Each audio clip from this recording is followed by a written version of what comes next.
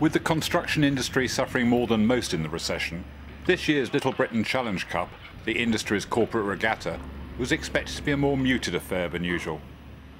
And although numbers were down, by about 50% in fact, with 128 boats in 9 classes compared with 250 last year, it turned out to be a great event.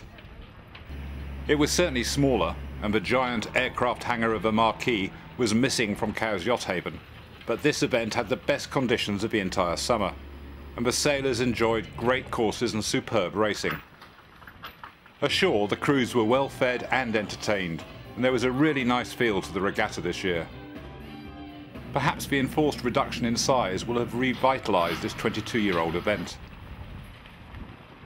Racing got underway off the Royal Yacht Squadron line with one race on Thursday afternoon, in a north-northeasterly breeze of between 10 and 20 knots.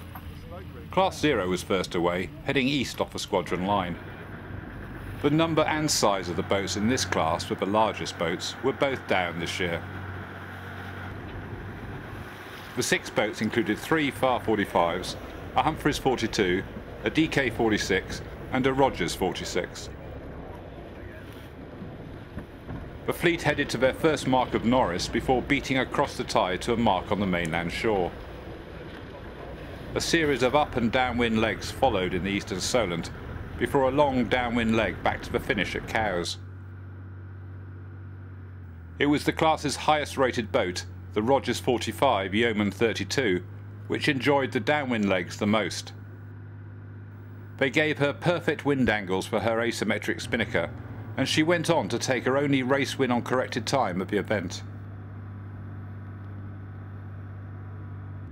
Oystercatcher, sailed by Learning and Skills Solutions, came second to open their account, and the Far 45 Werewolf took third. Class 1 had a good fleet of 19 boats, and their crews looked happy with the great conditions as they followed Class 0 to their first mark of Norris. For the best crews, the good breeze allowed them to settle down to some good racing. For a few of the others, there were some dodgy manoeuvres and close calls, and a couple of protests, but most emerged unscathed.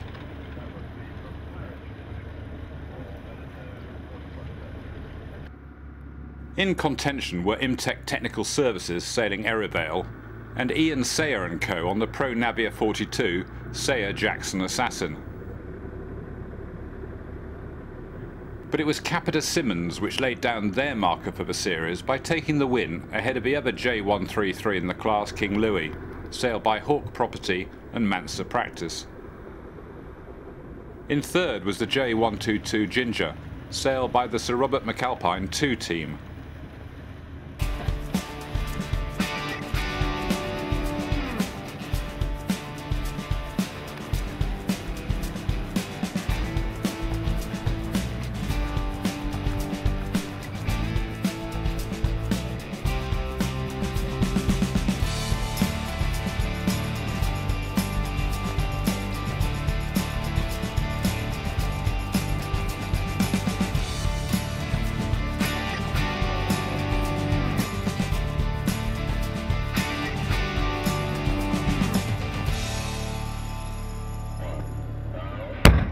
A fresh northeasterly and sparkling sunshine gave ideal conditions to blow away the hangovers on Friday morning ahead of the start of race 2.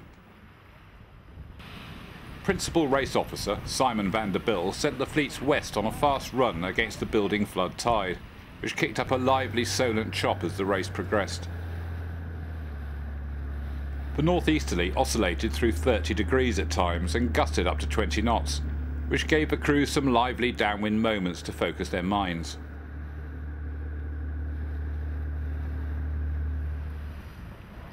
The first 40.7 class had the largest fleet of 28 boats. With this number of fairly evenly matched boats, it's vital to get a good start.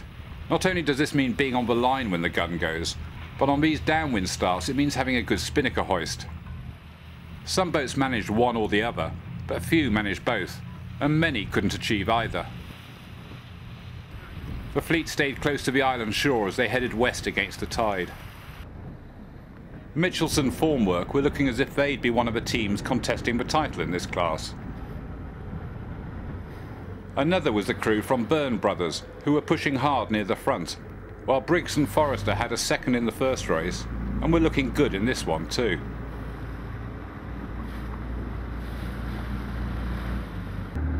If getting the kite up quickly at the start's important, it's even more so to get it down before the mark. And Mitchelson seemed to forget this rule, while Byrne brothers were also having problems getting it down.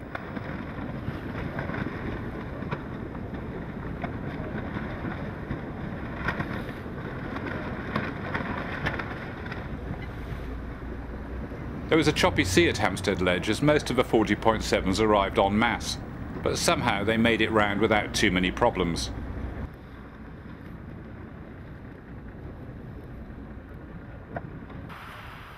The 12 boats in Class 2 started together with the 6 J109s, and they both headed west to Hampstead Ledge. The Elan 37 Elmer Try was sailing well in this class with a first in race 1.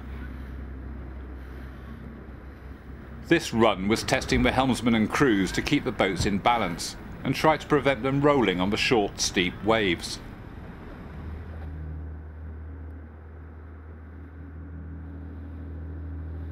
The J109 J-Dream had won her first race on Friday, but in this race the crew from Fenwick Elliott almost lost one of their crew over the side and had to drag her back aboard before they could round the mark.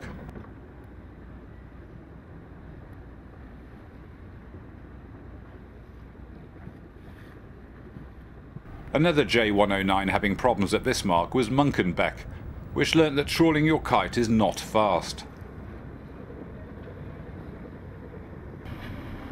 The wind dropped a bit for race 2 and the tide turned, smoothing out the sea. This was perfect sailing, and there were lots of happy faces on the crew sitting on the rail as the boats raced upwind. The 14 boats in Class 3 were crossing tacks with the 8-boat Sunsail 37 fleet and the 18 boats in the Class 4 cruising fleet.